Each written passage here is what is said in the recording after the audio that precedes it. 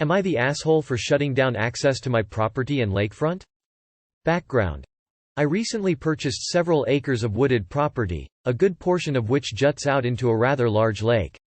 My little peninsula gives me some great lakefront. There's a smallish strip of beach, a dock and a few boat slips. Because of the wood surrounding the lake, I'm the only lot for several miles that has access to the water without going bushwhacking through the trees. Apparently, over the years my neighbors have gotten used to taking their boats down my driveway to launch, or going and spending time on the beach. I bought the place over the holidays and just recently moved in at the beginning of the summer, and before anyone introduced themselves to me I was met with a regular stream of traffic cutting through my lot to the water. At first I thought it was because I purchased the property and didn't move in the right away, that everyone just assumed the house and land was vacant and could take advantage until that changed. So, I started walking out when I saw people and letting them know that I lived there now, and also making a point to make it obvious the house was lived in. Not much changed, so I got blunt and started asking people directly not to trespass on the property. I wish I could say my direct approach solved the problem, but people would still trek right through. I put up a fence, and put up a sign stating, "Private property," as well as a sign letting folks know that my dogs were on the property. Once I put the fence up I started allowing them, the dogs, to roam the property and didn't want any trouble. Unfortunately, my neighbors took the fence and the dogs, despite the fact I owned the dogs well before moving to this lot, as an act of aggression. I had a neighbor come to my door and literally yell at me because my dogs barked at her kids when they tried to pull their raft up onto my beach. That same neighbor advised me that my lot has always been the neighborhood entrance to the lake. Apparently, a number of the neighbors built the fire pit and put the tables and rocks and park-like features out there. In chatting with a couple of the friends I've managed to make in my new neighborhood, they confirmed that what the neighbor said was true, that my property has always been more of a park than a private lot. Anyway, while I feel bad that the convenience of nearby lake access has been cut off, I live by myself and I'm personally not comfortable with anyone and everyone just traipsing through my yard. On one hand, I feel like it's absolutely my decision to restrict access to my lot, but on the other I'm wondering if I'm breaking some sort of unspoken rule of access that was established before I ever got here. Am I the asshole for closing off my property? ETA. I'm not asking for legal advice. I have a lovely attorney and I'm well within my rights to close down access to the property. There is no easement and I own the shoreline. ETA 2. The neighbors took me letting the dogs out on the property as a sign of aggression. They didn't literally take my dogs. As the dogs are a pair of Malinois, good luck taking them someplace they don't want to go. ETA 3. The lake has 2 public parks, complete with boat launches and docks that are open for anyone's use. The nearest of which is a few miles down the road from my property. If a person were wanting to launch a boat, it would take about 15 minutes longer to do so by going to the public launch versus down my driveway. Not the asshole. You can bet dollars to donuts that if someone gets hurt or drowns, they won't hesitate to sue you. Not the asshole. You own it and they need to deal with it. I had to fight, legally, off trespassers also. I was nice only until it got me nowhere. Not the asshole. Whatever was allowed before you bought the property means nothing when it changed hands.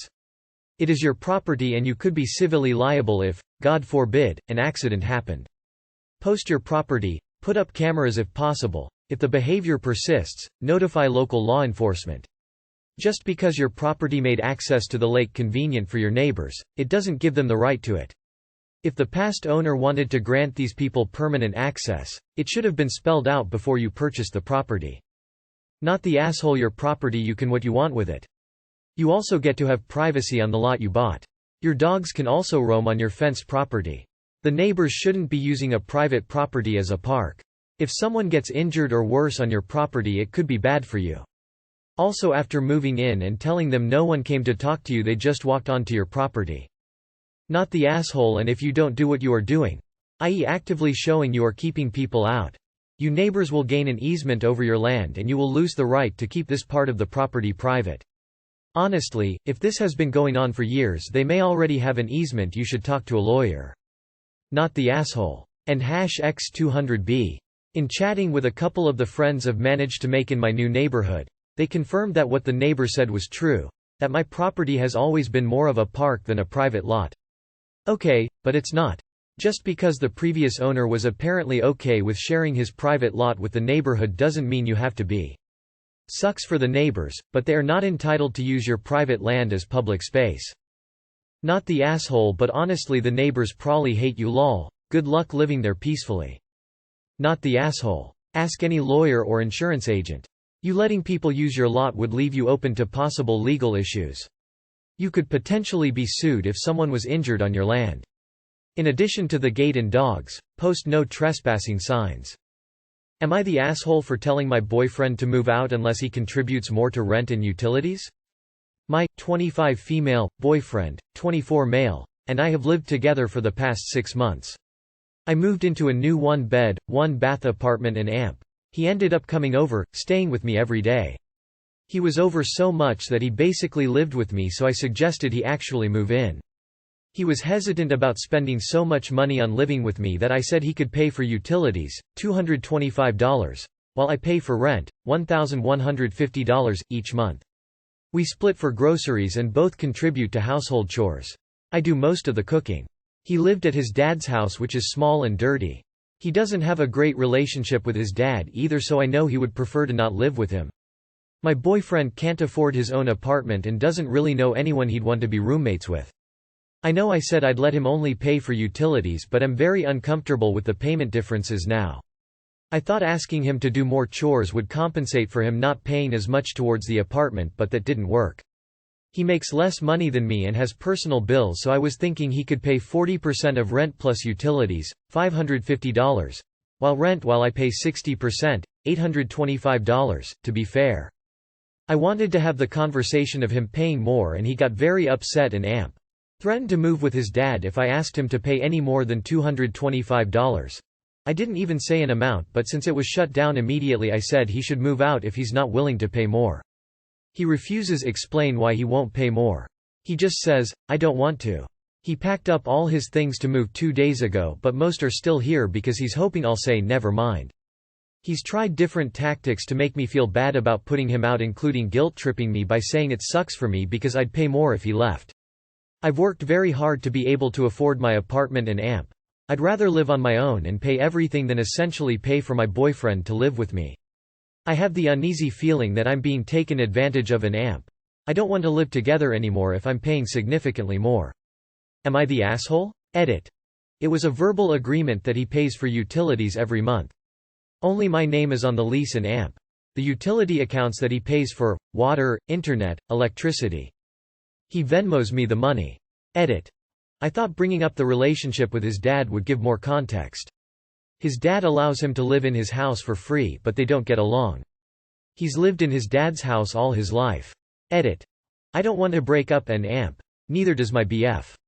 I still feel the same about him, but just don't want us to live together if we're not contributing the same.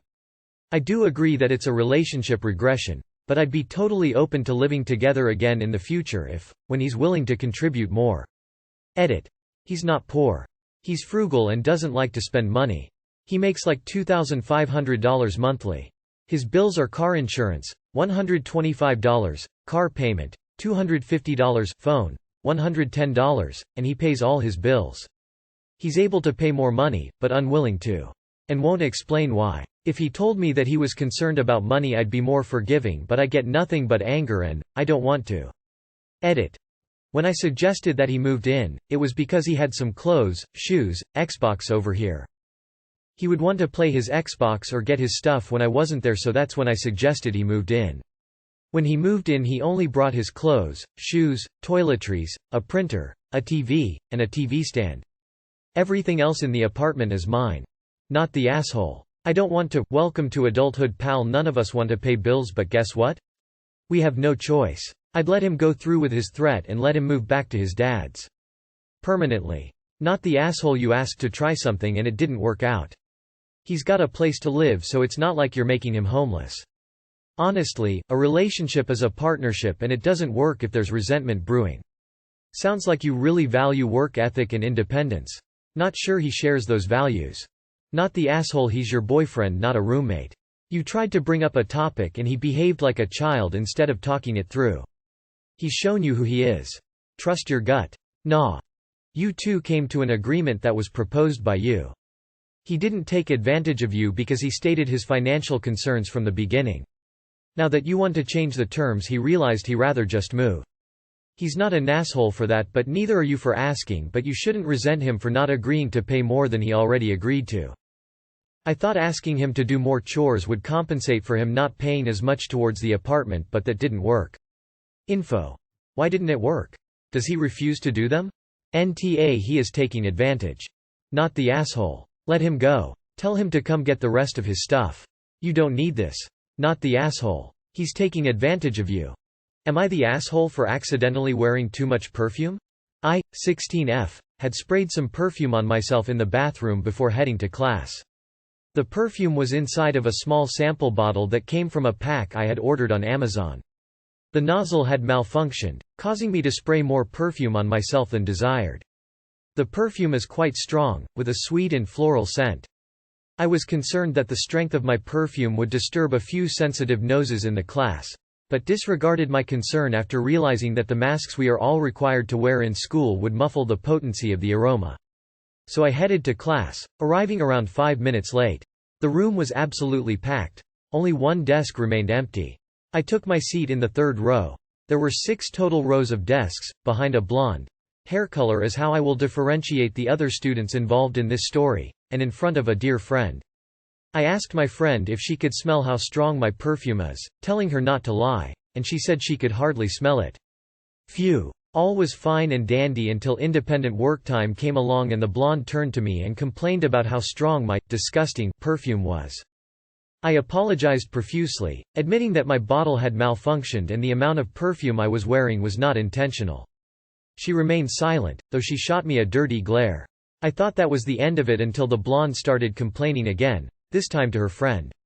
She whined quite loudly about how my perfume was giving her a migraine and how irritating I was. I said nothing. Now for someone with an apparent migraine or headache, she sure seemed quite capable of carrying on with her usual class activities. She had talked and guffawed with several of our classmates and seemed to have no problem doing her work. 30 or so minutes passed and the blonde turned to me again and demanded that I go sit somewhere else because my perfume was just too fucking strong. I told her that I can't do that, as there were no empty seats and I did not want to interrupt another student and ask that they swap seats with me because of her issue. She then demanded that I vacate the room and I told her I wouldn't be doing that either, as I needed to work and she does not have the authority to demand that I just leave the room. Her demand was beyond unreasonable. Her brunette friend chimed in, saying that I should just leave because my perfume was giving her a headache. I apologized again, saying I wouldn't be doing that. The brunette called me an asshole for being insensitive to others' allergies. I mentioned that the blonde had never overtly claimed to be allergic to anything. She just had an aversion to it and there will be things we simply can't stand, but cannot get rid of, and that's just life. I told the blonde that if my perfume was such a bother to her, she can seek a solution to that problem herself. The blonde called me a bitch and put her head down. So, am I the asshole? Edit. Lots of people are saying I could have just washed it off, but I had sprayed it onto my blouse, though I was targeting my exposed collarbone. Another edit. I hadn't had on any perfume prior to my incident. This was in the morning. I had sprayed the perfume in the bathroom before my first period. The blonde girl had never had any issue with my wearing of perfume before this incident, so it is safe to say that my wearing perfume does not normally disrupt her. You are the asshole. It is so completely unnecessary for you to be putting perfume on at school between classes anyway. This whole thing could have been avoided. It's ridiculous for you to claim that her aversion to your perfume is her problem. She has a right to be free from overly strong smells during instructional time in class. This is not an unreasonable expectation on her part. There's a reason many professional dress codes prohibit any strong perfumes. You are the asshole. You're supposed to apply perfume at home, not take it with you and keep using it. Masks do not block the smell. You are the asshole for blowing off how disturbing and overpowering fragrance can be for some people. You didn't do it on purpose, but you seem to want to downplay how it affected her as if she were making a fuss over nothing. She wasn't. Her attitude doesn't sound the best either, but you were doing something very irritating even if you hadn't meant to. As the cause of a real problem to others, you could have explained to the teacher and asked if you could go and wash some off, if possible, or move to sit somewhere else. It's not just life, as you created the problem, so you should deal with it. You shouldn't expect others to pay the penalty for your mistakes. Perfume, or anything with a strong scent, can trigger people's allergies and asthma. You frankly shouldn't bother with perfume for school or work. Other people should need to hug you to smell it, and if they can smell it from another desk, you're wearing way too damn much of it. You don't wear it for yourself because within a minute or two the persistent odor overloads those parts of your smell sensory and you simply cannot smell it anymore. Wear it for the one person you want especially close. Less is more when it comes to perfume. Yes, you are the asshole. I don't think you're an asshole because you claim it was a malfunctioning perfume bottle, but you could have just changed your shirt.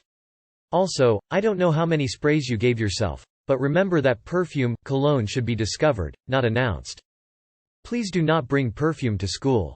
As a teacher, I have had to remind students multiple times a year to please be considerate of others. I'm lucky when I catch them before they spray. Often though it's too late and I have to stand by the door with the windows wide open until the scent dissipates. I'm highly allergic. Also, even if you spray, reapply your perfume before class, the scent is still very strong. If you have to use perfume, please use it sparingly at home and not in school. I'm going to have to go for everyone sucks here in this scenario. The girl and her friend for lacking polite manners when addressing their concerns. You, for lacking consideration. Whilst you cannot help the fact that the bottle spray malfunctioned. Perfume can cause allergic reactions, migraines, trigger asthma attacks, etc. Given the fact that your class is in a room filled with people, of whom are wearing face masks, which makes it harder to cope with strong smells. It is the considerate thing to do to refrain from wearing perfumes around people who you do not know properly enough to ascertain their tolerance to perfumes. As long as your personal hygiene is of a good standard, there is no need to cover your natural smell during a class. You are the asshole. I am sensitive to smells and it absolutely sucks when someone feels they are entitled to douse themselves and everyone around them should just deal with it. Put it on at home next time so if another accident happens you can take care of it then and there. Am I the asshole for not breaking protocol sooner and emailing parents about student grades? I'll start by saying, I am a substitute-turned-teacher, I have my license. I teach a high school class and there is a certain protocol that I have to follow when emailing parents. The principal had sent out an email stating to email parents because they like to be up to date with what's going on in the classroom, assignments, etc. I sent him an email back asking if this applies to me too. At the time I was just a substitute who took over the class, it hadn't become mine yet and I was told to ask him by another admin. I did not get a response. The protocol and the issue. I am able to email about classroom behavior, but if I email about a student's grades I have to get the email approved by administration first because grades are a sensitive topic. Edit. I was told I could send out email about behavior recently. Like a week and a half ago. This is not something I previously knew. So I emailed about behavior and tied in the missing assignments, my concern about grades.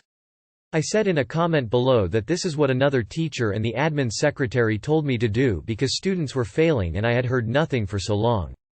Students didn't turn in the first assignments I gave out because they thought that I would be replaced. I understand their POV. By the end of the first week of school it was announced I would take over the class until they hired someone. I had access to post assignments, grade book, parent contact, everything.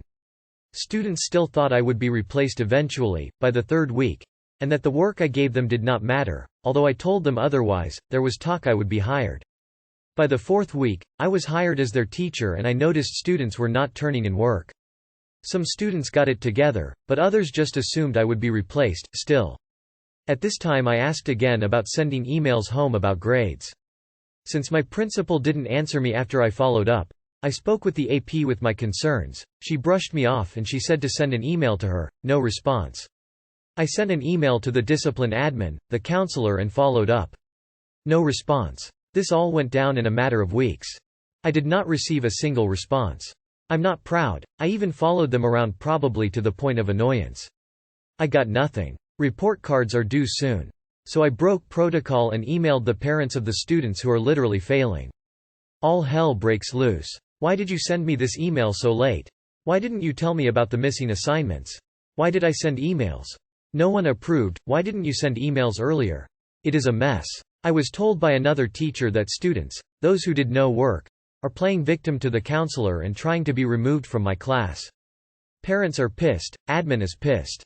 Students have a couple of days before the semester ends and I wanted them to get the best possible chance at submitting their late work and to raise their grade. But now I am being thrown under the bus for both breaking protocol and emailing too late. Am I the asshole? Should I have broken protocol sooner?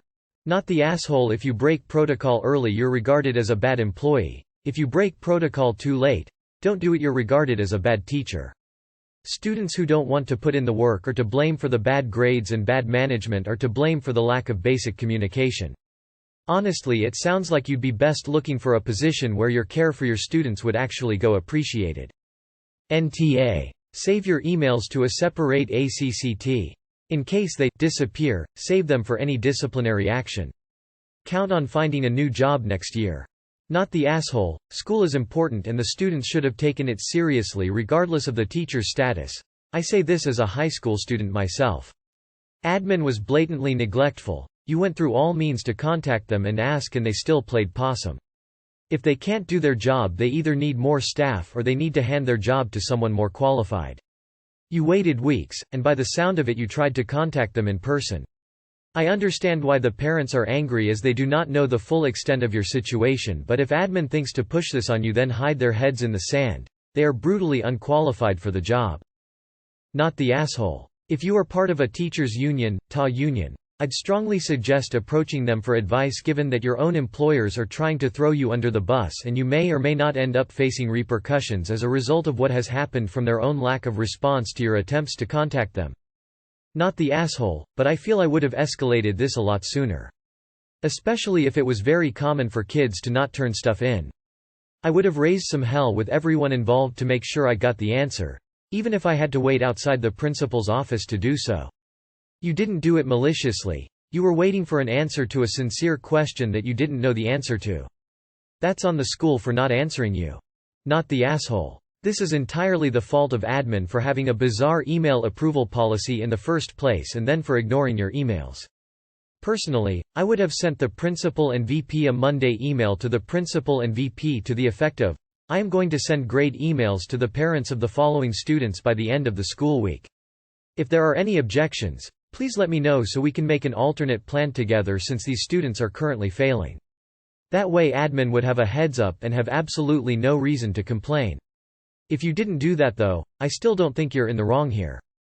Not the asshole. 1. You tried to comply with the rules but your superiors were non-communicative about it for weeks.